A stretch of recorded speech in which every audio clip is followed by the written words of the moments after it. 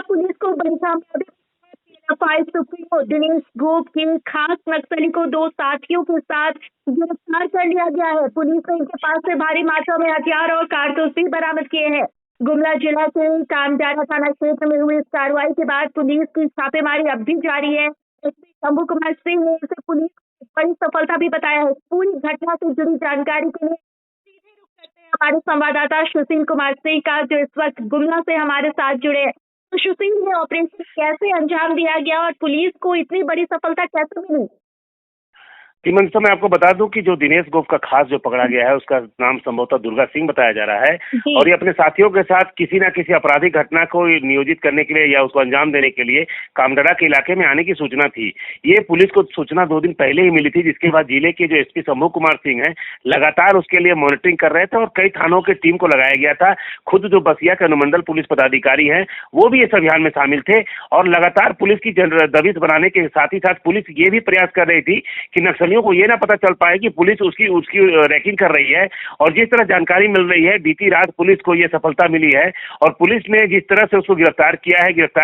करने के बाद बताया जाता है कि जो दुर्गा सिंह है वो अपने अन्य 2 सहयोगियों के साथ गिरफ्तार हुआ है और इसके पास से राइफल, पिस्टल और कई अन्य सामान बरामद हुए हैं। एसपी शंभू कुमार सिंह ने स्पष्ट बताया है कि पुलिस के लिए बहुत बड़ी सफलता है। बताया जाता है कि जो दिनेश गोप जो पीएलएफआई का सुप्रीमो कहा जाता है, जो अभी कहीं ना कहीं जेल में भी बंद है, उनके जाने के बाद ये आदमी दिनेश सिंह जो है, ये जो आदमी दुर्गा सिंह है, ये लगातार उस इलाके में कहीं ना कहीं संगठन को मजबूत कर रहा था और संगठन की गतिविधि को अंजाम देने का कोशिश कर रहा था। और बताया जाता है कि पीएलएफआई की उपस्थिति ही अपने आप में उस इलाके में विकास के लिए सबसे बड़ी बाधा होती है। और आपको बता दूं मैं कि कामडरा का जो ये इलाका है, न केवल विकास के राज्य सरकार की योजनाएं हैं बल्कि कामडरा के इलाके से रेलवे की बड़ी बड़ी योजनाएं भी वहां से गुजरती है। तो ऐसे में स्पष्ट कहा जा सकता है कि पीएलएफआई नक्सलियों का दबिश उन तमाम योजनाओं पर देखने को मिलता था, जिसको लेकर एसपी शंभू कुमार सिंह लगातार प्रयास कर रहे थे। इन्होंने पिछले बार जो अपराधी गिरफ्तारी थी उसमें भी इन्होंने कहा था कि इनका पूरा दबिश ये है कि जिस तरह से माओवादियों के इलाके से लगभग सफाया हो चुका है, गिने चुने 1-2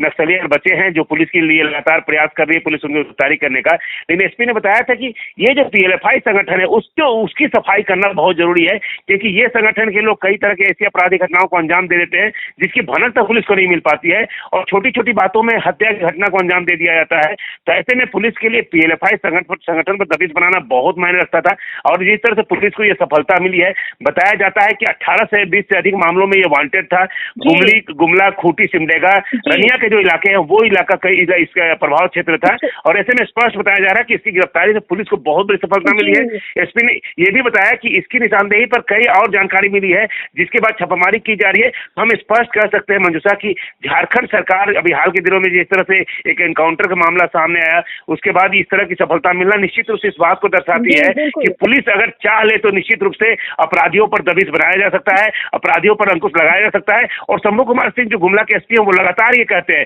कि अपराधियों को किसी हालत में बर्दाश्त नहीं करेंगे। उन्होंने सभी थाना प्रभारियों को निर्देश दे रखा है कि किसी भी अपराधी की सूचना मिलती है तो पूरे तरीके से, ऐसे नहीं कि आप आनन फानन में केवल छापामारी करें, बल्कि एक प्लानिंग में आप छापामारी करें और उसे धर दबोचने की पुलिस कोशिश करे और उसी का परिणाम है कि पुलिस को सफलता। जी सुशील, ये भी बताइए कि क्या पुलिस को पहले से कोई इनपुट मिला था इसकी गिरफ्तारी को लेकर या गिरफ्तार नक्सलियों के पास से हथियार बरामदगी की भी बात सामने आ रही है, तो क्या कुछ बरामद हुआ है उनके पास से?